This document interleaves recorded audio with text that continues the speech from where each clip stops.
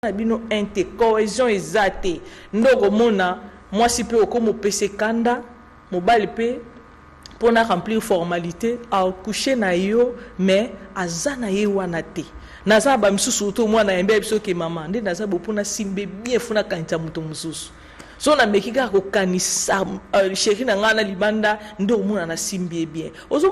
tozomona comment trahison ezokota na kati ya mariage tozomona comment biso moko tozo détruire mariage ndi yango komona frigidité lelo et comme vraiment ya munene et belé na kati ya ba marié parce que l'homme d'abord azaka distrait et ça na mibali msusu bazalaka penda ke tango ayebi déjà moi si na yeba tango basali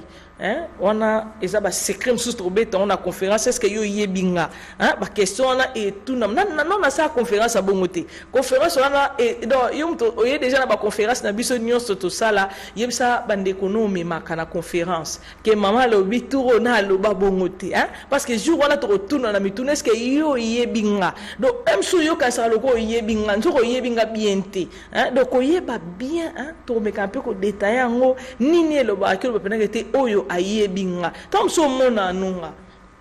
na libala pende msupeza la bongo o mona nunga o mona nga me oyebinga te parce que ça la basi mususu ti lelo abala ti akoli mobile na ye ayebi bien te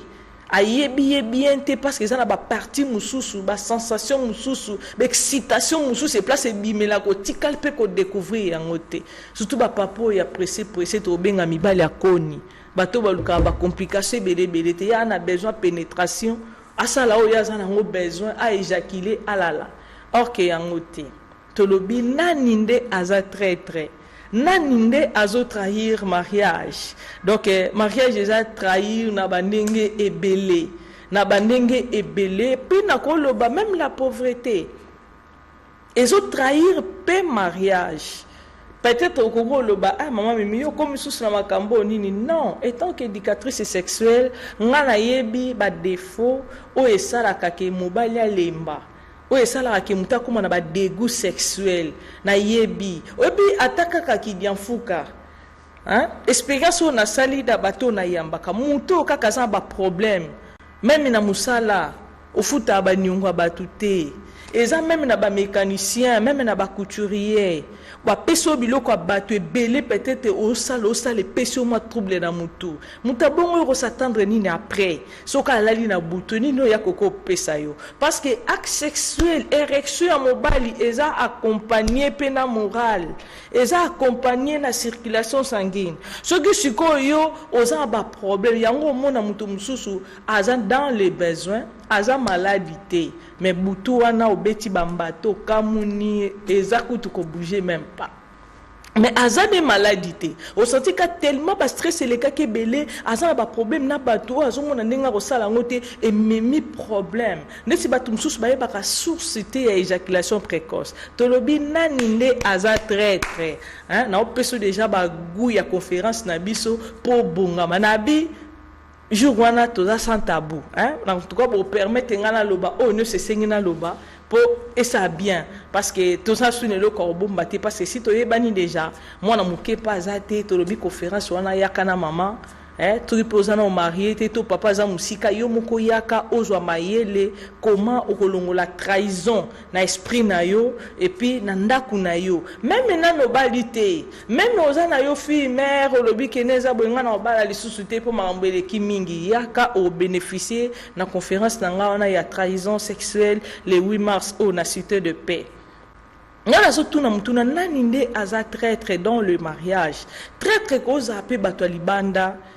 ba très bango pe bakokota parce que le mariage mingi na lo bango eza lokolo séant elingaka te eloko salité ou talibanda ye kota na kati tango ye ekoti ekoki po ya otia trouble na bino bovanda ka bo mona bozaki na bino bien mais compréhension mo bo ekote libino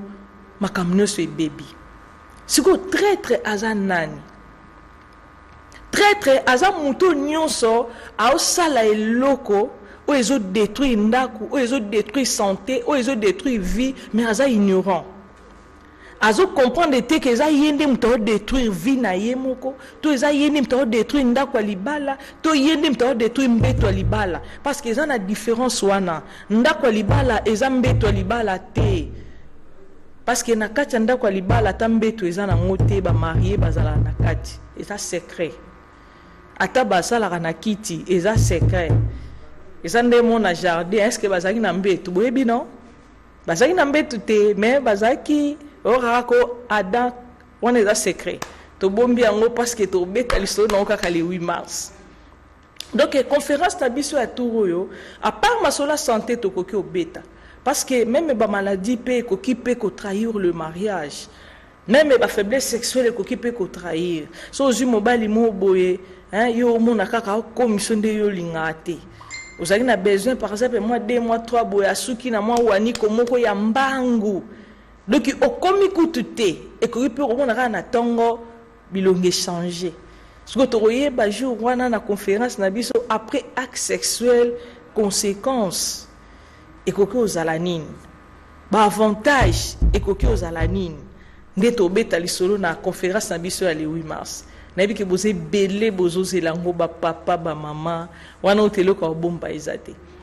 Mais dans le domaine de la santé, Moussa on a zo sala et fongolinga mambo belé na opesa nzambe nanga merci parce que espérance on a comme non lelo nanga mona comprendre so na jango api mais tellement za don ezelo ko kabela yango to lingaka pe to pesa manda mboto za nango ya bato bazoka grâce ya olandanga bato ba sepelaka ko se faire soigner na clinique na ngai na yebi ke nyonso ezala malamu mais na okota mke na domaine ya santé nani akoza pe traître ya santé na emoko ou bien na kati ndako pe libala tozongi mwa mke kota mwasi eza basi mususu bazaka tanga komi ndeti 22h mobale oya te 23h mususu omona alali ne kutu pongi ana besoin ta yebate ke muto akotaki te parce que akobulele ke akendeki banzela moko bwa mabe nyonso esika akendeki akende kaka okoko finga olobi nyonso oza nango soki akokufa soki akotuta ndo tellement zu ezalaka tellement na baraisonnement moko boye ebele otiki mobali mutu mpe akokota mpe na ndako ya 22h 23h ake na table atie biloko ye moko ale bakwanga baviande bamadesu 23h ozoyeba te ke fitir na yo ezalaka na age moko boye oyo esengaka mwasi akima zemi po peut-être bana bakomi ebele omona olobi te mikolo te tika nakende nazwa ata mwa tonga repo mikolo tika natia te implant na nzoto parce que naboti déjà 4 naboti déjà 5 mais comme makalisusu na age moko o mwasi apemaka na kobota esengaka bobanda kosepela wana bana pe bakoli mais pona ngai on a comme komona un peu moins différence na ba santé ya mibali ya lelo na âge wana bat ba osala sous bien te étant que éducatrice pour musana sala kangwana so na bandi ko yamba moi mobimba na ko yamba ba garçon ba papa 35 ans 40 ans 50 ans so ko moni mutaleki 60 ans aza toujours na énergie milai yebaka le passé na ele kakinde nini ezande ngwana ndinga na yebaka mutu aleka kiboyo na koza profiter ça na ko biso ke papa o comme boye to sala kiboyo o banda ki vibwa ko biso ke mama on a raison parce que musara déjà na mutu siko ezapena mibali mususu bazala bango mayele lelo ayebi kete mutu wana makasi na koko lia kate okolia te pourquoi parce que ngana ko fongolo lelo ba conséquence ya kolia air wana et puis ezana batu ayebaka te ke nzoto na biso ndenge eza boye ekoki pe koya munene ekoki pe kokonda ndenge ezalaka bamibali mosusu mpe sikoyo lelo bazokomprendre te comment bapenisa mibali ezokondaka te nga nazalaka boye te sikoyo or que la femme aza être moko compliqué la femme ye elobake aza mayele mpenza makasi te mpo na soin na ye peut-être à négliger peut-être ba hémorroïdes ba infection urinaire ndoko ko mona mwasi mo ba bilengi banine koko diminuer mais ça être moko compliqué nenge abasala ye ti mukola okata mutema mobala ko sepeli ko na ye nenge basala ye ti mukola zo kata mutema ta ya koko ngana yebi ba mzuso mona peda 90 moi likoloka kezo leka nango kaka bata force eza lisusu te soki mobala za makasi mais siko mutu akupaka acte sexuel avant, c'est l'homme. Pourquoi ils ont mobile? Parce que mobile est un acteur principal de acte sexuel. Ce qui est à baby, à tout simbian au kamunyango ezotele bate butu wano ko kabatu ningi ba michoni chamaka. Pour la nini mukonjalali.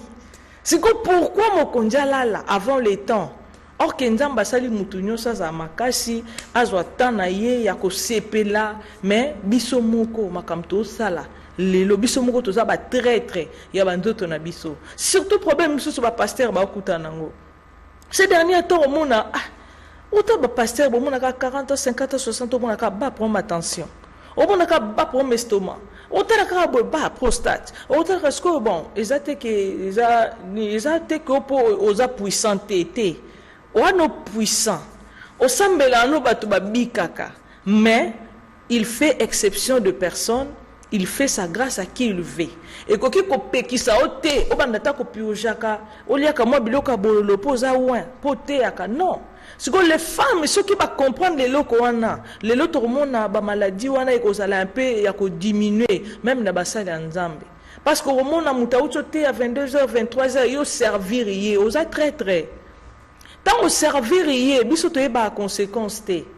Total ka le présence en énergie ko la lanzala te pour le bien ko bela. Le bien aux amakasité, au servir mobile 23h même minuit. Avant prédication mutautolia fufuna madesu. Autolia loso. Autolia ne avant prédication. Wana on s'attend aux zelanine. Ezake ozaka très traité même sous spécial fuko yeba. Yango no moni boya kana ba conférence na biso mwandambo to yebi to mekaka un peu ko partager. Na kati jour mususu na mekaki na bete amno lisolo mon père. Ngale loso na zomona mibali mususu omona 70 80 ata si na pas ma hôtel momu neza susté. Ba mususu omona 35 ans. Ezaka makambo biso salaka. Donc eza ozo ko la tango ozo tambula na vie foye ba makambo ozo sala. Ba action yo posé na présent et koki pe kolanda yo na futur na yo. Parce qu'il y a exemple na ko pesa na muto a 8 ans masturbation. O se masturber na autant mulai posa frère. Ba biso ke avant libala ko coucher na moi cité bo eza mabete eza bongo tant que biso ba chrétien. Mais ceux qui ont un rapport sexualité pour na kobanga nzambe se masturber pété. Parce que masturbation ça rappelle un double péché. Nzamba a la kedionan mabe mais conséquence nango eza pour moi ba super mais lelo au monde na ajo yo ko luko remplir formalité dans le mariage au monde comme na ba problème il y a ba spermatozoïde au monde comme na problème il y a ba éjaculation donc nyonso wana eza problème donc yango ezo senga na mwasi to na mutu yo moko se prendre en charge et puis les femmes kolingaka te tango za na problème na mariage na mobali opimela ye nzoto na yo soki obandi kopimela mobali nzoto pona kanda yebake ekoki pe komemela yo frigidité okoki pe kokoma na difficulté un jour ke mokolo bobongisi olingo zongela ko pratiquer au mona tanga bani ko simba sala makamno soboye désir ezali susute orgasme ezali susute jouissance au mona ebungi ato force zela plaisir wala au mona comme na ba trouble comme ko kima parce que yomoko oseda ki pona kanda yango zo mona le femme ato zo na ba décision pona yiba mso akatenga pe na zo zela kaka funa bo malibalo fona bo malibalo tango bomi libala wana te na présent ozo continuer kolala kaka na ndako wana il faut pesaka o pesaka ozaka pe na esengo acte sexuel basala ngo na kandate na kanisa na conférence net romeko pese di to meka pe ko expliquer ko détailler pourquoi koko sala acte sexuel na kandate mieux vaut tika na yo ki o sala soki o tikite o lobite tika na pese kaka au jour te au salaire orgasme te yeba ke ezana ba conséquence wana yango tozo mona lelo or que moi c'est tant azo sepela mingi azo ko se rajeunir kimi ezo za na mutema de mambo belé to lo bana conférence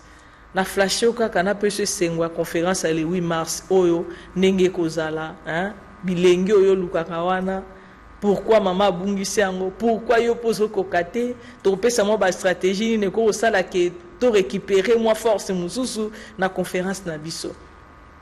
Na kanisi na linga bino mingi boyebi. To bi conférence eza le 8 mars. Le 8 mars oyo de 9h à 14h na église Cité de Paix. Cité de Paix eza derrière Cité Bethel. Dès que kotika ka Cité Bethel wana na droite na yo omona Cité de Paix. Eza wana elongo na maman Mireille, na mon père papa Serge Lukanga na ebike boza déjà ko sepela bato boza na conférence wana. Nde na kasi na meke pe ko flasher muke nani nde aza traître. Tolobi na expliquer vraiment makamunda mundambu mais eza vraiment profond. Eza profond donc na esibino conférence on sala ngona esprit mususu parce que naza concentré pour na ngona kati ba pongi pour na ngo donc eza peut-être nzamba linga a bongisa hein a réparer ba vie ya batu moko boye nde yango na sala conférence oyo donc eza ka te pour na makambo ya santé mais eza pe na makambo ya vie ya batu o nzamba linga a réparer. Donc dans sala ngona esengo nyonso na mona comment batu ba changer jour wana et puis femme au comment na valeur ndelo ko nazomona donc souci na ngai ezali yango wana et puis cause la traité na santé tant au monde déjà que au commencer ba gaz belé yo comme mona ngo normal tant au comme mona mukongo esalo pasi o mela bantis inflammatoire tant ozomona ke o comme suba masube comme na couleur moko bonini yo o comme komela baba kisi o comme somba yo moko na pharmacie non cause la traité à santé na oté cause la vraiment traité à santé na yo. Je suis comme moni moindre erreur,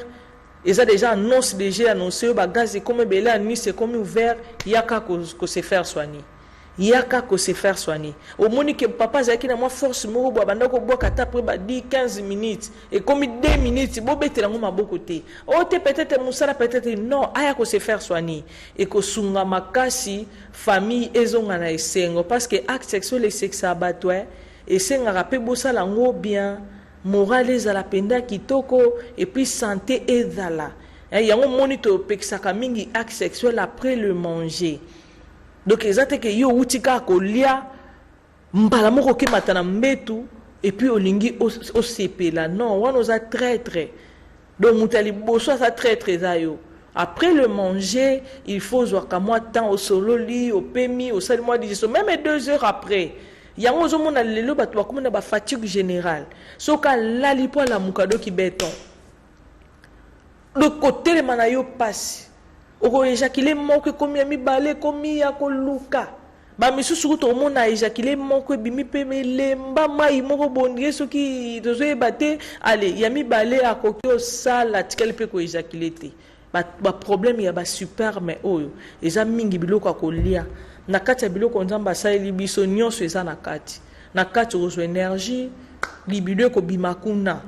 na kati moi quantité ya super mais pression ko bimakuna na kati ya biloko olia parce que jour wana conférence ko ya na moi carnet parce que go sunganga so force gozala to sisi message to meki un peu kopesa ba biloko o esalaka muto a garder détail na ye a garder mon énergie moi hémorroïde ya te dans tout cas na osala grâce so to sali ba dépliant te parce que so to sana ba partenaire ba sunga biso to sa ba dépliant na yebi que plus de 1000 personnes bazaka na conférence so to sana ma koki au kabola dépliant na ko sala tout mutu no sa na dépliant nenka to sala ka gratuit bo mekampe ko kozana ngona ndaku e usala bien makasi boyebi ke ba conférence na biso ya na bande musala ezaki ba $20 ba $10 mais lelo yo conférence e koma nango ya ofele hein conférence e koma nango ya ofele donc mutu nyonso oyo ayaka na conférence na biso eloko oyo to sali turo bokuta ka nde kisi libanda donc yo mutu za na besoin hein au dégraisser libumu osa la tamwa kisa mukongo osa la ndetse zana kisi na ngamu na sala boy an eza kisi ono no baka ngamu go pena na lingaka oso na lobi ata papa ya ngonde esala moi bien na an pour an esunga okaka na circulation makila ezo laver yango ezo nettoyer yango pe ezo pesa yo moi libido moko bien donc les entretien moko mutakoba no sala nango même après 3 mois après 2 mois au purger éviter quand on a vu bagaze comme belete anise comme verte ceux qui osent mi battre la bongo osa très très temps au monde a peine qui était 50 ans 60 ans yo hein a Jésus kola mais na kati ki mobile les kola te mais ko zelate ke bano comme lieu kutu yo ba force bando kola ya yo comme na réduction ma be makasi osa peut traître dans le mariage. Et on se retrouve à comme le gars kada kana na tongo donc on comprend même pas asili que la nini nzo kazo sepelate donc on a obligé ya osala esengo ya partenaire na yo a sepela donc to boyi ba très très moi respect ala donc ne to me camper ko détailler na conférence na biso parce que na se poser ba question na tout na bi ya mon mariage yango comme taxi ou bien za 207 ou bien za voiture personnelle pourquoi parce que et comme mususu mwana ndaku oyo azalaki akei mususu ye akoti akei mususu ye akoti yango ekomi taxi ou bien comment mais eza na bato mususu penda ke alobi te nga soki nasangage na boyi divorce na boyi eloko boye wana ekomi voiture personnelle eza ka ya yo donc soki eza ka ya yo batela yango bien po makambo mususa mabe ekota te skoko batela ngo comment na ba conseil obiso pesaka tango santé za kitoko tango moi épargne ezali pour to mekampe ko lobelango parce que ce qui épargne pe ezate dans le mariage et me rappelle makambo belé ba stress ekokota so mobala azolia malamu te mosa azolia malamu te bana bazotanga te ndako zo futa mate et si ça peut bilengi hein et si ça rappelle lengi na nzoto or que ce qui est lengi na nzoto et sili mutu déjà banzo beba donc mutu mon côté alekaka na plaisir ton excitation ce qui a eu autorisation na cerveau na été donc yango mona esenga raté acte sexuel à la compagnie na ba stress ce qui bosali yango na ba stress wana seke boyeba nité wana botalanika na bilongi bosali ba aventure. Donc, sengaka, moi, cohésion ezala, moi, unité ezala, respect ezala. Donc, inde loko eko senga, batuba kinde liboso, wana to ebite to kanga très nan, très azala muto akoya poacha sungi, po bokabwana, to boswana, boyo kanate, muto akoya na makambu musus obino bo kanisate. Yende bo kanga très. Ego zape ba parents, ego za ba amis, ego za la ba environnement. Donc, ezala ba ndenge belé batuba koya ko zape trahison, na kati ya libala na bino makamnyo sope baby. Donc il s'allera n'engue wana donc yango na meki un peu koloba moni naza un peu soufflé parce que conférence ils peut sanga posa moi ka le 8 mars sango et comme ka ta lobby parce que na koloba ndeno na lobate au puis ba expérience nyonso na zona musala na kanisa jour wana ndeno bimisa openda na bimisa openda na kanisa bosa jamais dessus bosa jamais dessus parce que eza profession ananga na osala musala nanga eza teke na sana soni nango na zana ni non sa musala o nzamba pesinga oyi na se poser ba question ngabi menzambe pe misala mso aponela bato o eza ko tianga na kati ya mutambo musala mobimba do fona loba ka boy mais fona loba parce que ba passer nanga balinga bongo do eza na eloko okanga munoko te ce que ezobima parce que eza grâce. Il y a un mec qui est un peu global. Le mariage, il faut ezala na ba souvenir. Tant on ba bon souvenir ezali, au moment que bisika nyoso muta otambola, bisika nyoso muninga okende, ba souvenir wana ezoloba. Hein? To mec un peu ko expliquer ba souvenir wana nde yango au mona batu mususu bazalaka.